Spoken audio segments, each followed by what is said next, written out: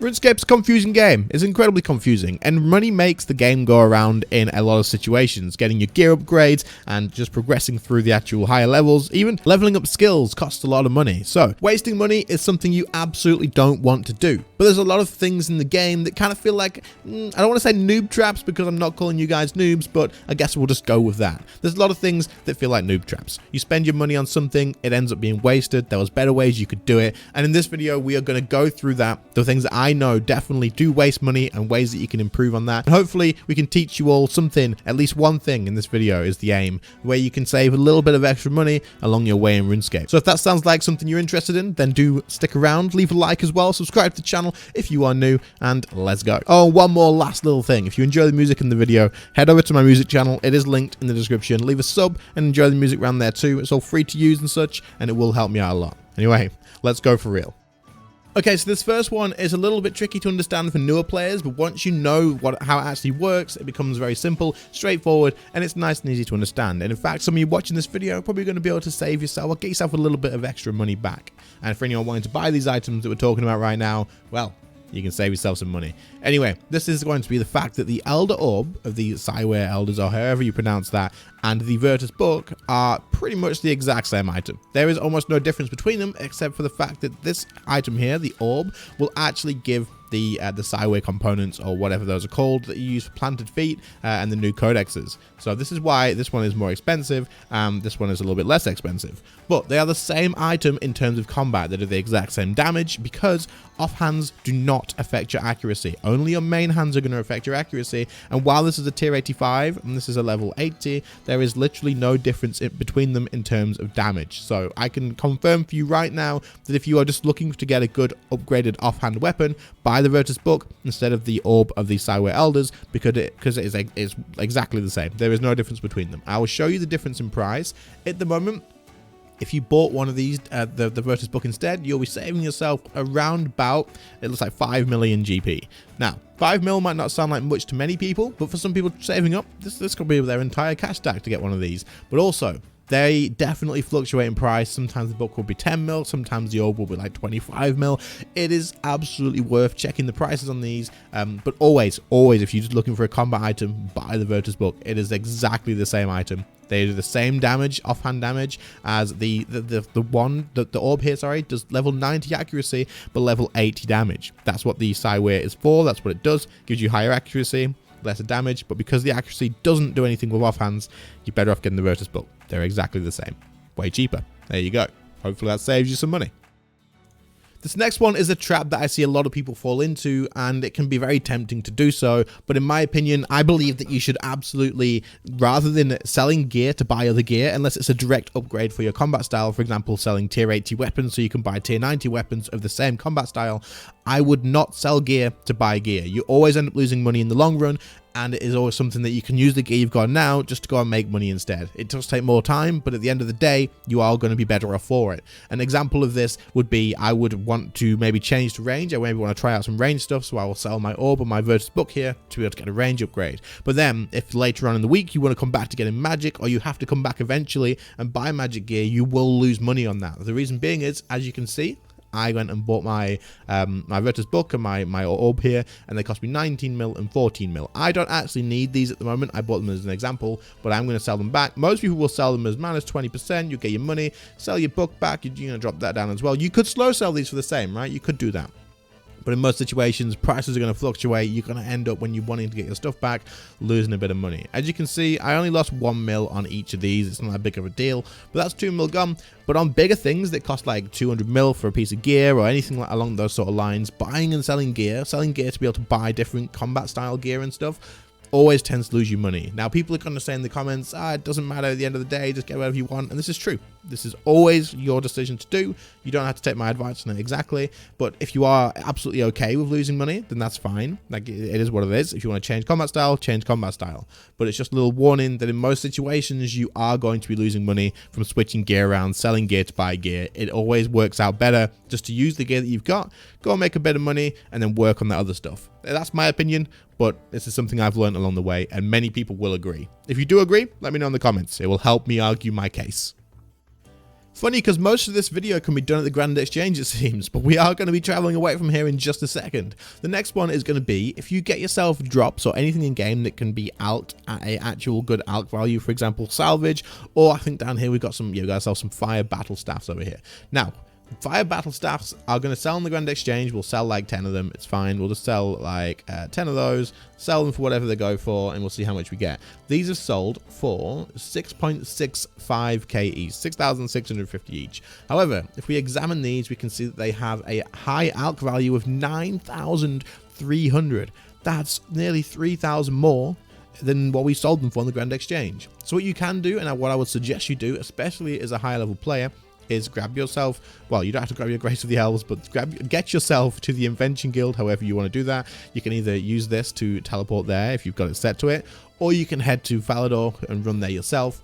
But in here, as a higher level player or someone who's leveled up their invention, I know many high level players still don't do this, set up your alchemizers. You want the alchemizer Mark IIs, and you just put some divine energy and some nature runes in here, and it will automatically high alk stuff for you.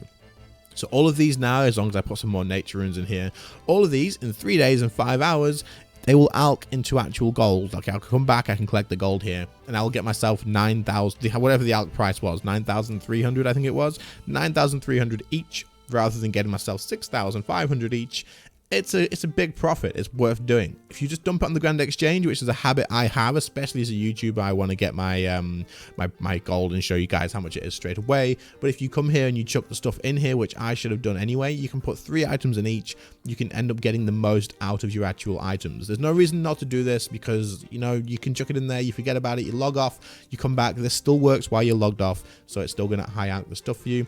So if you do get any stuff that can be alked, so if I, for example, just search salvage, all of the salvage in here, I'm going to chuck in my high alkers rather than doing it myself, because it's going to save me a lot of money in the long run, rather than just dumping it on the Grand Exchange.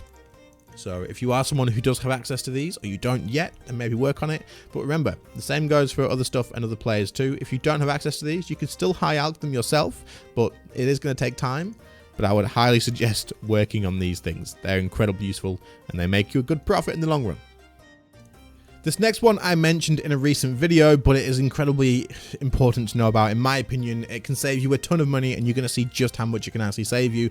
If you're a PVMer and you are maybe learning bosses, or in fact, it doesn't matter if you're learning bosses or not, if you die ever, if you ever die, even if it's once every month, a mistake here and there, this is worth knowing about. As you can see, I have a portent of item protection on the floor here. Hopefully we'll get to this before we actually let this despawn, but I've also grabbed a load of random gear in my inventory just to sort of give an example of high death costs. Now, normally death costs for me about 13 to 15 mil. I've grabbed some extra items to hike that up a little bit, but we're sitting at 20 million GP. It would cost me 19.95 to buy back if I did die and go to Death's office. Obviously, we've got a ridiculous amount of stuff here, but some of you guys be taking stuff like this, so it's important to know about. This works for people with 10 mil death cost too. 5 mil death cost is still pretty good to know about. Make sure when you're PVMing to put item protection curse on, and if you have 93, I believe, divination or whatever it is for one of these, make sure you bring one of these along with you as well, because they only take up 1 inventory slot, but I'm going to show you the difference in gold you're going to save. Honestly, let's take a look. We were on 19.5 mil, and now we are on 12.7 mil or 13 mil saved item value. You are going to save so much freaking money if you are using these. It is crazy. That is so much money. That's what, 7 mil saved just from bringing along a little sign and turning on a curse, by which, by the way, this thing uses 0.1 prayer drain. 0.1. Like, it's literally nothing. But if we turn just the prayer thing off, you'll see the difference is going to be 16 mil. So add that on, and it goes back down, all the way back down to the 12.7 mil. It's crazy. This is a lot of money that you can save here, and it's very little effort. It's 1 inventory space. But even if you aren't going to bring a portent along, just make sure you're using that curse, man. It's huge. That alone saves you like 3 mil, yeah, nearly 4 mil. Like, that's crazy. Make sure you bring it along. Make sure you use it, especially if you're learning. Hey, honeycomb, nice. We just got distracted. You get the point. Let's move on to the last one.